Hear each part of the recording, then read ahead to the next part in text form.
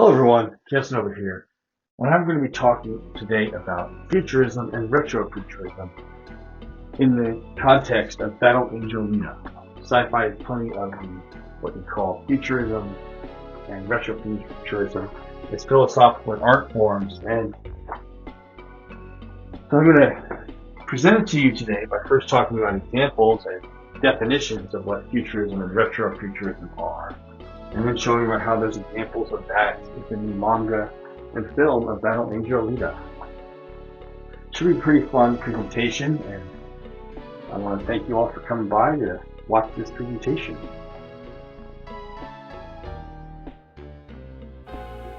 So as I introduced you to futurism and retrofuturism, I'm going to talk about how these themes are exemplified in other media before I talk about how you get examples of them in Battle Angel Alita. Now there will be an upcoming live stream from the AlitaArmy where I'm going to be a host to it, and I will talk about the subject a little bit more with other members, and I will recommend and get a link to that live stream when it's available in the description. But for the meantime, a lot of this sci-fi in many cases has both futurism and retrofuturism in the same work. But I'm going to go over examples that are primarily retrofuturistic and examples that are primarily futuristic. Sky Captain in the World of Tomorrow starts Jude Law, Angelina Jolie, Gwyneth Paltrow. That is an example of a primarily retrofuturistic science fiction movie. People are using propeller airplanes and airships, and you have aliens that look like the Iron Giant. It's based on older eras than when the film was made in the early 21st century. But however, when you think about it and the technology in there, it is somewhat futuristic, but it is an example of what is primarily retrofuturism. Another case of retrofuturism would be Star Wars. Here's the thing. It does say that the setting is a long time ago in a galaxy far, far away. Fine. But the technology overall is futuristic. The ability to travel across a galaxy like you're driving across the United States of America in a car from east to west, that's pretty futuristic.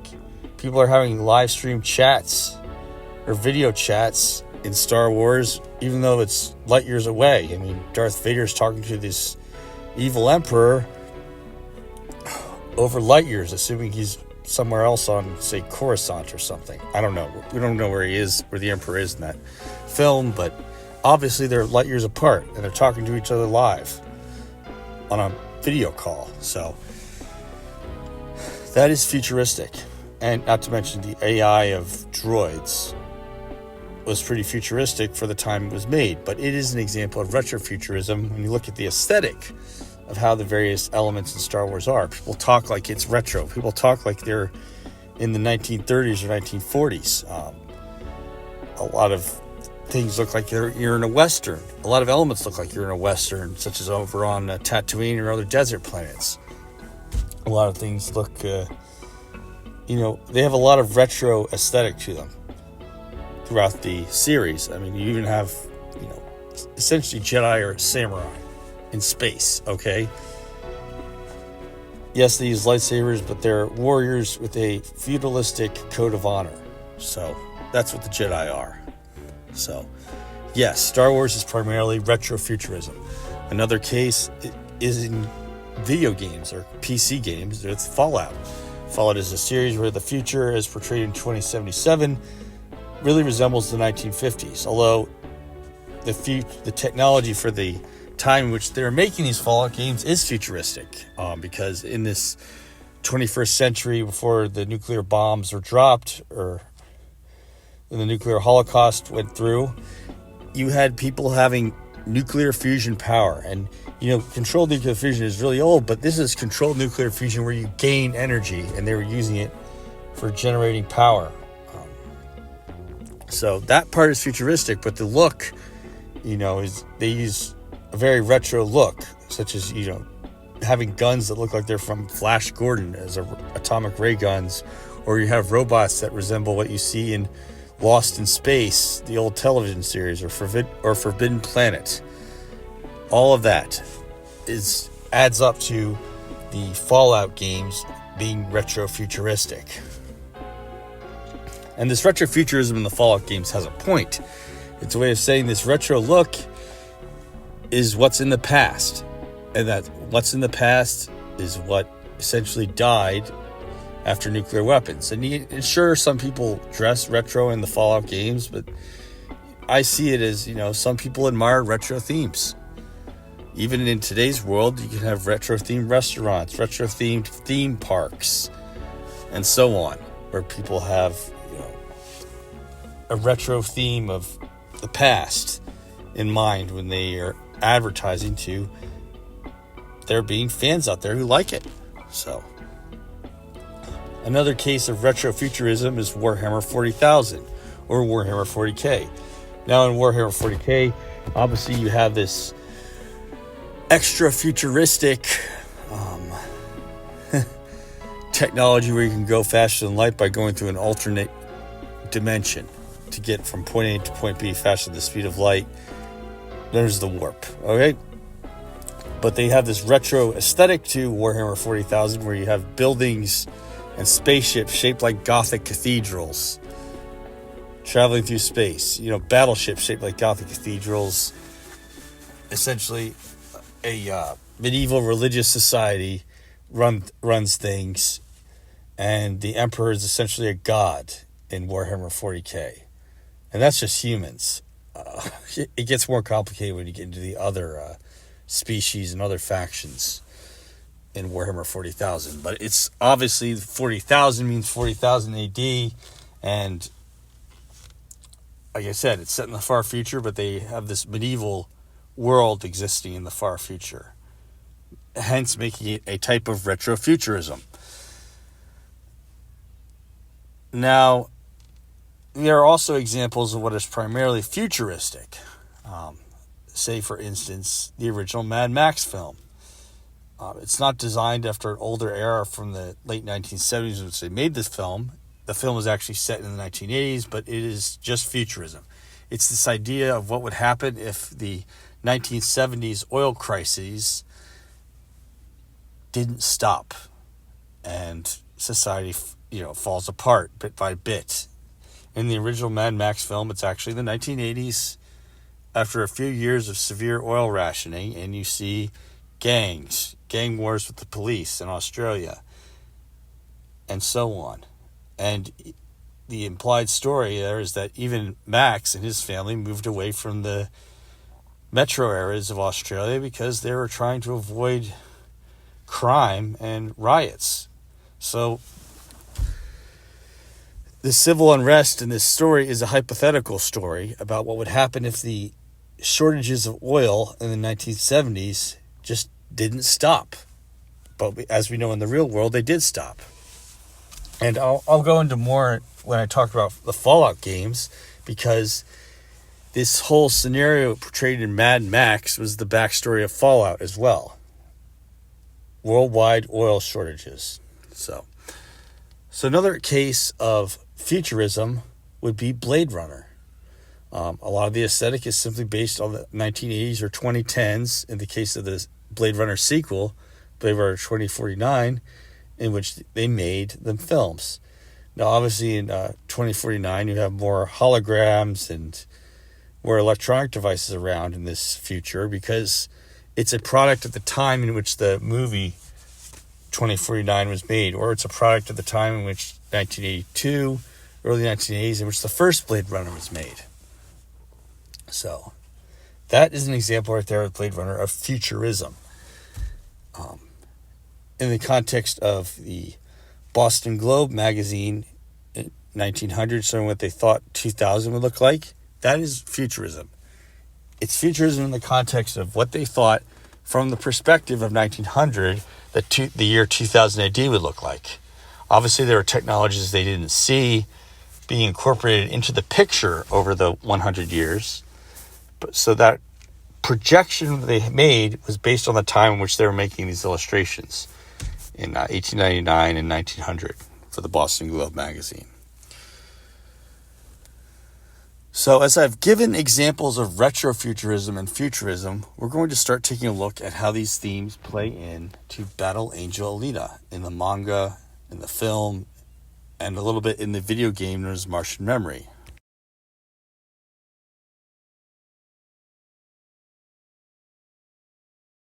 So one example of futurism in Battle Angel Alita, the manga, and also the film, is phones.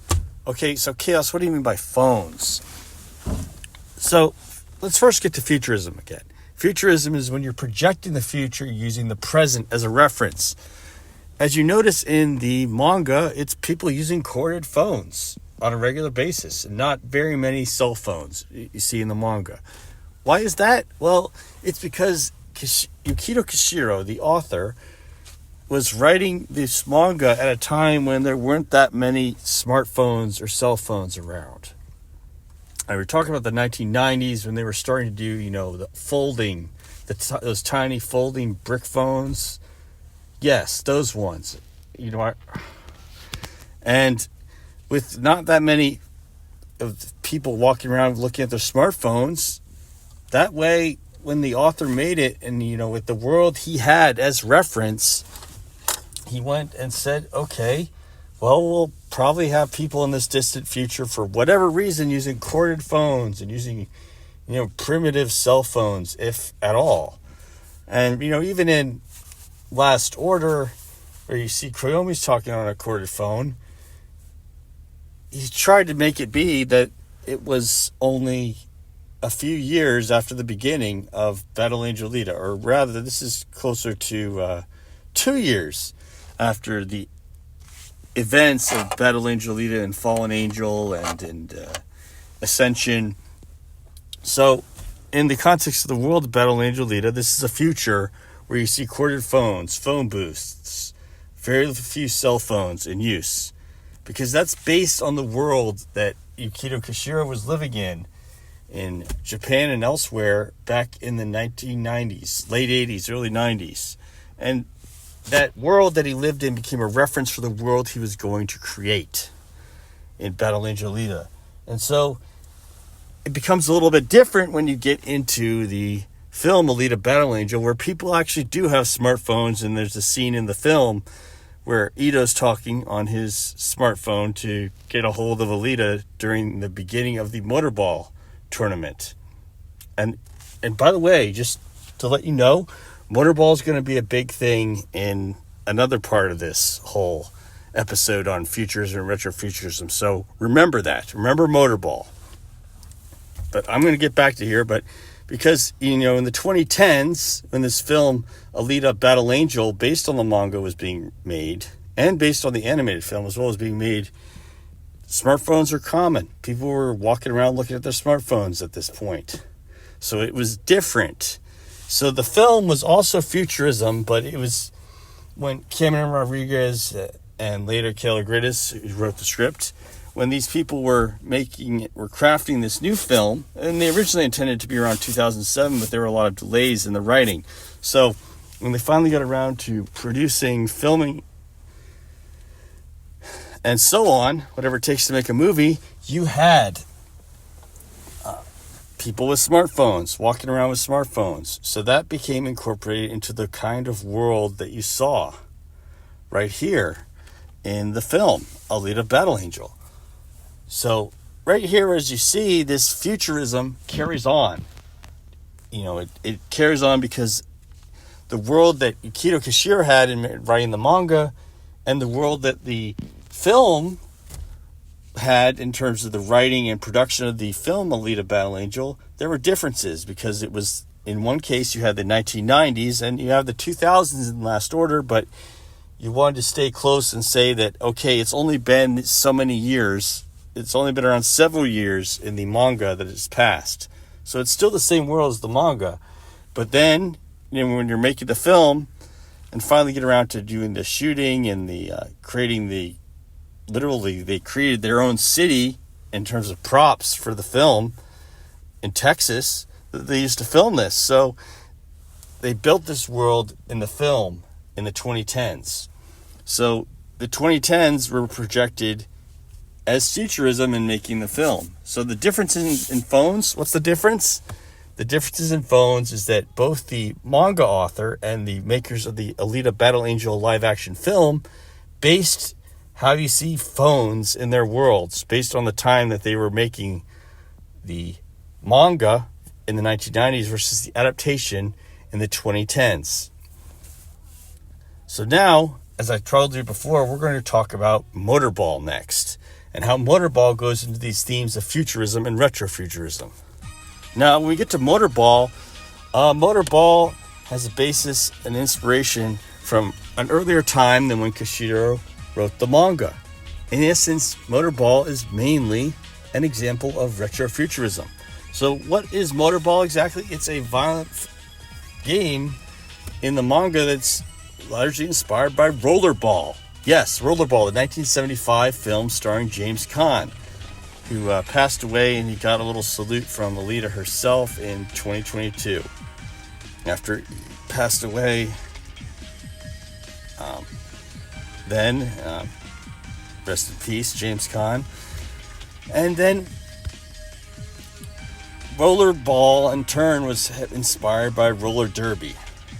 So you had this film that came out way back in 1975 about a dystopian world where they play a violent game of rollerball, where people will go around at high speeds playing for the ball to score the points and win, and even to the point of being very deadly, because you had motorcycles being dragged around, people colliding each other on roller skates at high speeds, and so on in Rollerball. And now that, which is based on a projection of the future based on past eras for Koshiro, that is how they came up with Motorball. So Motorball is in essence retrofuturism. It's a projection of it's how people would have thought the future would have looked like from before Koshiro was writing Battle Angel Alita. And even more interesting is, and if you don't think it's based on Rollerball, they quote Rollerball in the live-action film Alita Battle Angel. Vector tells Kanuba before he finishes him off with a blowtorch to the face, "No one is greater than the game." That's directly quoting Rollerball. But in that essence, in both the film and the manga, Rollerball, or Motorball, because I keep saying Rollerball, and it's an understandable mistake to mix it up with the inspiration versus what you got in the manga and film. Motorball is an example of retrofuturism for both cases, both the original work in the manga and the adaptation on film. Motorball is a case of retrofuturism. Now, the interesting thing I'm going to admit with Motorball is you're using essentially motor vehicle bodies that use electricity or gas-powered propulsion to move the cyborgs around when they play Motorball. But otherwise, it's very much inspired from past eras. And in spite of it being futuristic technology, it obviously takes the look and aesthetic from Rollerball and it makes it into a game in the manga. Another case I'm going to talk to you next will be the case of the Colosseum, which only really appears in the manga and only really appears in the video game known as Gundam Martian Memory, but it is somewhat interesting nonetheless. So we're going to go into our next little case of futurism and retrofuturism with the Colosseum. Now, the Colosseum is a case of retrofuturism in Battle Angel Alita as it goes back to ancient Rome.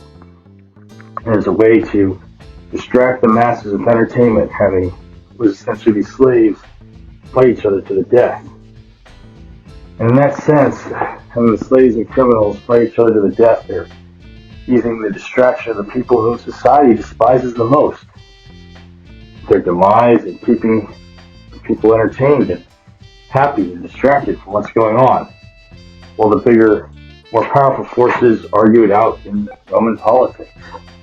In the same sense, that kind of Roman politics applies in Battle Angel Alita when it comes to Jafari's or Zalem above, distracting the people down below with both Motorball and the Colosseum. Although Motorball is present in more of the actual material. Motorball appears in every kind of Battle Angel Alita media, even the video game and live action film. Whereas it's mostly just mentioned in the manga and just mentioned with some slight TV scenes in the animated movie from 1993 entitled Battle Angel.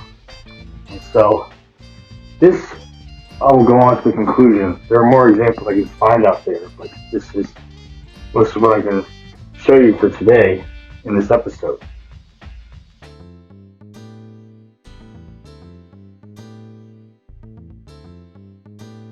Part of the reason for why some retrofuturism is shown in Battle Angel Alita is because it is an expression of thematically how there is a connection between the present and the past, and how the truth about the past is key to solving the conditions or problems in the present. So, one example of this past and present relationship is how, for a while, Alita seemed to be, or Yali seems to be the only counselor in the Battle Angel Alita series, although we found out that that's not exactly true. There's others out there. They may be technically zombies, but they're out there, such as Erica Wolf and some others, also known as the Necro Soldiers. So, this also is a theme that goes elsewhere, such as Civil Sagas or The Last Vampires we know. And yes, they'd be called cognates, or Tennessee Mutants is another case. Or in the film, or just whatever media of Battle Angel you see, you can see that there's a broken connection between the Solemn and the ground below. There apparently was a straight-up column in the past. You can see it's broken. All these issues and more, which I'll go into in other videos, are part of this expression of the continuum between the past and the present and the future, all in one. So I hope you enjoy some more lore videos about Battle Angel Alita. I'll be doing more on my channel because fear and my schedule are permitting more. So I hope you have a wonderful day. As I will say, be safe out there, and I'll be signing off.